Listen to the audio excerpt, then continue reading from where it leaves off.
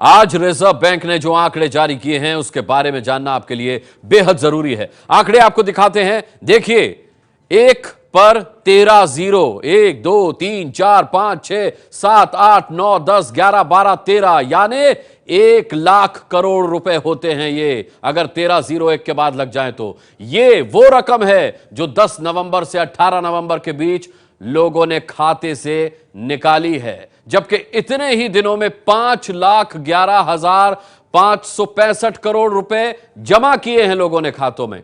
33,000 करोड़ रुपए लोगों ने बदले हैं, एक्सचेंज कराए हैं, पुराने नोटों के बदले नए लिए हैं। देश भर में 44,000 एटीएम काम करने लगे हैं। बैंकों और एटीएम में अब भी लोगों की लंबी लाइन लगी है। इस बीच आपको बता दें, आरबीआई ने आज फिर लोगों से कहा है कि 10 के सिक्के लेने और देने में आनाकानी ना करें। आप भी सुन लें, 10 का सिक्का लेने में और देने में आनाकानी ना करें। पुराने 500 का नोट देकर किसान सरकारी दुकानों से खेती के लिए बीज खरीद सकते हैं। किसानों के लिए यह राहत की खबर आई कि वो 500 रुपए देकर के बीज खरीद सकते हैं। तो ये आंकड़े हमने आपको दिखाया। आपको बता दें, नोटबंदी के बाद रोज कहीं ना कहीं से लोगों के मरने की खबरें आ रही हैं, जो बेहद दुर्भाग्यपूर्ण है। आज दिल्ली, यूपी और महाराष्ट्र से ऐसी ही 4 मौतों की खबर आई है। नोटबंदी से मौत की 3 तस्वीरें हम आपको दिखा रहे हैं इस वक्त। पहली तस्वीर यूपी के अलीगढ़ की है, जहां 2 बेटियों की शादी के लिए मजदूर पिता कुंवर पाल की बाजार में सामान खरीदने पुराने नोट नहीं चलने पर तबीयत बिगड़ गई और सदमे से मौत हो गई। दूसरी तस्वीर नागपुर की है, जहां एसबीआई से रिटायर अनंत बापट ने फांसी लगाकर जान दे दी। मरने से पहले सुसाइड नोट भी लिखा है। तीसरी खबर देवरिया से है, जहां स्टेट बैंक शाखा तरकुलवा में लाइन में लगे लोगों में भगदड़ मच गई, जिसके कारण लाइन में लगे शख्स की मौत हो गई। इनके अलावा दिल्ली में बैंक की लाइन में खड़े 49 साल के राम स्वरूप की जान चली गई। बेहद दुर्भाग्यपूर्ण है। लोग मर रहे हैं तो कारोबारियों का हाल भी अच्छा नहीं है। 15 दिन से व्यापार बिल्कुल बंद है, कोई काम नहीं, कोई कस्टमर नहीं। कोई गलती से आ भी जाता है तो वही 500 का या 1000 का नोट देने के लिए, ये ले लो जी, ये दे दो जी, कहाँ तक देंगे। लोगों को अभी रोटी पानी नहीं पूरी हो रही, ऐसी चीज़ें क्या खरीदेंगे। तो लोग नोटों के चक्करों में लगे हैं, बिजनेस ही नहीं है तो मशीन क्या करेगी। कारोबार पे नियर अबाउट 80% का फर्क पड़ा है सर। जो सेल 7-8 हज़ार की थी, घुमा फिरा करके वो 1000-1500 पे रह गई है सर। और इसका ट्रांजैक्शन पे बहुत फर्क है सर। नरेंद्र मोदी से सिर्फ छोटा सा एक पैगाम है, जो आपने किया है बहुत अच्छा किया, लेकिन आगे से इस ऐसे कुछ कदम उठाने से पहले इसकी व्यवस्था का पूरा इंतजाम होना चाहिए सर। साल में मुश्किल से 2 कस्टमर ऐसे आते हैं जो पूछते हैं स्वैप मशीन आपके पास है या नहीं। ये है, तो जिनके पास मोटी ट्रांजैक्शन है सर, उनके लिए तो इस चीज़ का बेनिफिट है। हमारे जैसे छोटे दुकानदारों के लिए कोई बेनिफिट नहीं है। जो धंधा था उसका आधा भी धंधा नहीं रह गया है। और जो चीज़ यहाँ हम लेके आते हैं वो बेचने में हमें ज़्यादा तकलीफ होती है। आज जो है वो लेके आते हैं और दूसरे दिन फिर दिक्कत हो जाती है, उधार करना ही पड़ता है। 80% के करीब फर्क पड़ गया है, 20% है। और जो पब्लिक बहुत परेशान है, उनके पास पैसे नहीं। अगर लेके आते हैं 2000 रुपये का नोट, अगर 500 रुपये की परचेजिंग करेंगे तो मैं उनको कहाँ से रिफंड करूँगा। सरकार मेरे को सब मशीन लगा के थोड़ी ना दे रही है, मैं कहाँ से अरेंज करूँगा। हर चीज़ पैसे की मिलती है, कोई फ्री में तो मिलती नहीं। लोग खुश हैं तो आपने देखा परेशान भी हैं।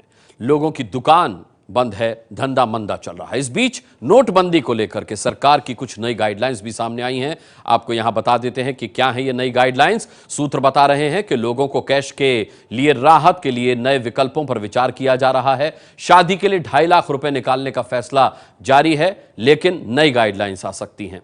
बैंकिंग व्यवस्था सामान्य होने तक किसानों को लोन चुकाने से राहत मिल सकती है। इसके अलावा कोऑपरेटिव बैंकों को भी कैश लेने देने के मामले में राहत दी जा सकती है। इस बीच राहत यह मिली है कि 1 करोड़ तक के लोन पर 60 दिन यानी 2 महीने की किस्त न चुकाने पर छूट दी गई है। नवंबर और दिसंबर महीने के लिए यह सुविधा दी गई है, लेकिन जनवरी से फिर आपको वापस 1 करोड़ के लोन पर किस्त अपनी चुकानी होगी, लेकिन यह सुविधा केवल नवंबर और दिसंबर तक के लिए है।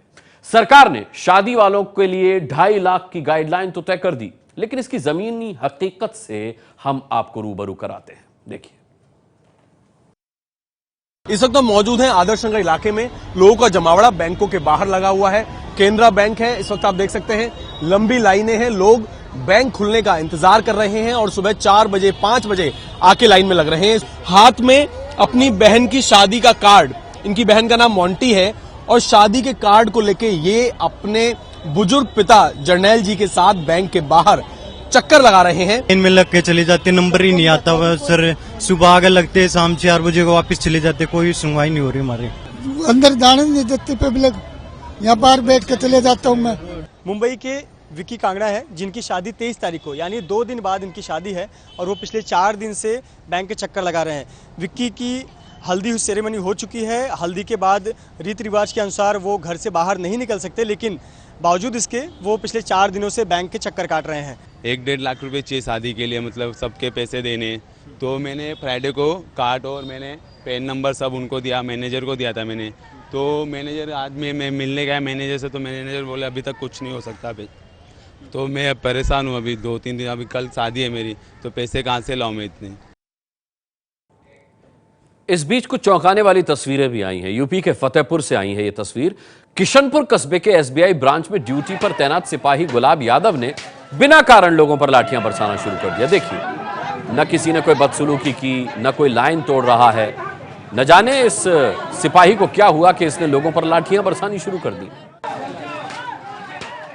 ये देखिए,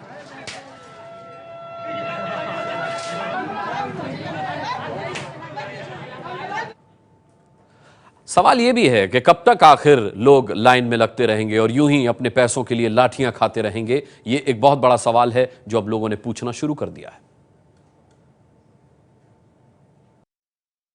मैं इस वक्त मौजूद हूँ HDFC बैंक पर और यहाँ आप देख सकते हैं लंबी कतार लगी हुई है। हालांकि सरकार की तरफ से भरसक प्रयास किए जा रहे हैं कि लोगों को असुविधा ना हो, लेकिन बैंक की इस कतार को देखकर आप खुद समझ सकते हैं कि जो स्थिति है उसमें कोई खास फर्क नहीं आया है। घोषणा होना और इम्प्लीमेंट होना भी 2 अलग अलग चीजें हैं। बैंक के कर्मचारी 3:25 से बैंक बंद करते हैं, जबकि 3:45-4 बजे तक काम करना चाहिए और ये टाइम से पहले बता देते जी हमारा कैश खत्म हो गया। अगर गवर्नमेंट के पास कैश ही नहीं था तो हमारे 500-1000 के नोट बंद करने की क्या जरूरत थी उस गवर्नमेंट को।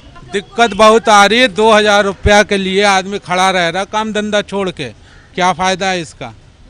कि दूध रोटी के लिए भी इतना परेशान है, लोग अपना जॉब छोड़ के लाइनों में लगे हुए हैं और आधा दिन हमको यहाँ पे लगना पड़ रहा है और अपना कैश विड्रॉ करके तब हम अपने डेली यूटिलिटीज का सामान परचेज कर पा रहे हैं। इस वक्त हम रिजर्व बैंक में हैं जहाँ पर लोग अपने पैसे रुपए एक्सचेंज कराने के लिए आए हैं, पुराने नोटों को बदलने के लिए आए हैं और यहाँ पर आप देख सकते हैं कि कई हफ्ते बाद भी यहाँ पर लंबी लाइनें लगी हुई हैं। ये जो 2000 रुपये नोट दे रहे हैं, एक इनको खुले पैसे देने चाहिए।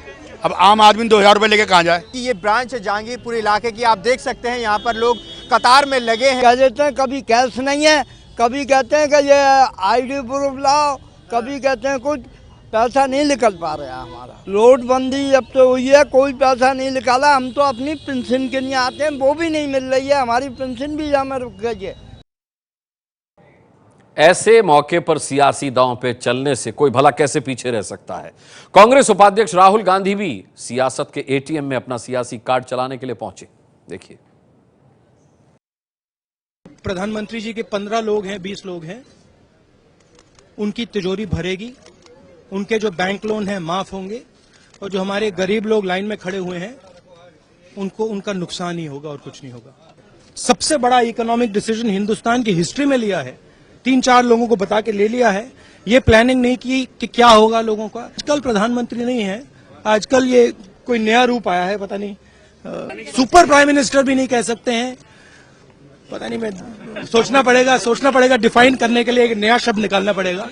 लेने देने इसमें क्या प्रॉब्लम है। तो क्या जिंदगी में कम से कम एक बार वो ATM देखने के लिए गया, क्यू में खड़े हो गया, उनके लिए हमारा शुभकामना है। कुछ लोग ATM और बैंक की कतार में लगे हैं और कुछ मौके की कतार में लगे हैं।